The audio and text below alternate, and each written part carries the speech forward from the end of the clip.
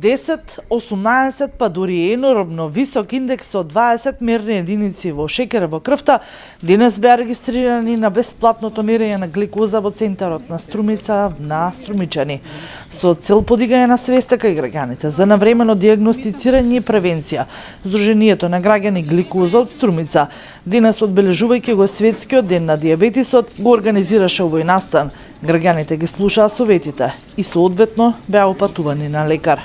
Сега за сега измерихме на доста граѓани. Резултатите се добри, но има и загрижувачки. Има 20, има 18, но повеќето се движат во границата од 4,5 до 6,5, што е стандардната шема, стандардната референтна рамка на нормално ниво на шекер во крвта. Ги опатувате граѓаните да сеат на лекар? Да, значи ако осетиме дека нешто не е во ред, дека е покачена гликемијата, тогаш им препорачуваме, значи за нивно добро, не за наше. За нивно добро е да се упатат на нивниот матичен лекар, кој што понатаму ќе ја проследи ситуацијата. Во светски рамки половина од луѓето со дијабетис се недиагностицирани, односно не знаат дека имаат дијабетис. Стапката на диагностицирани случаи може да се подобри со зголемена свесност за симптомите за дијабетисот тип 1, жет, зголемено мокрење, замор, ненадојно губење на телесна тежина и глад.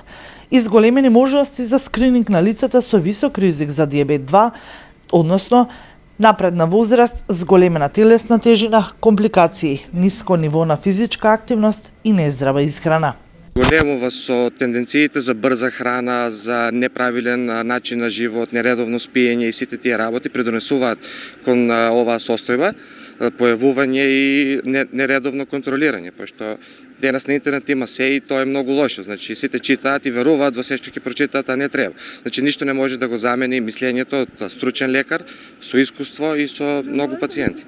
Во земјава, иако се уште нема регистар за заболени од дијабетес, сепак се проценува, наведуваат од Сдруженијето, дека бројот на возрастни лица со дијабетис во Македонија изнесува околу 185.000, односно 12% од целата популација.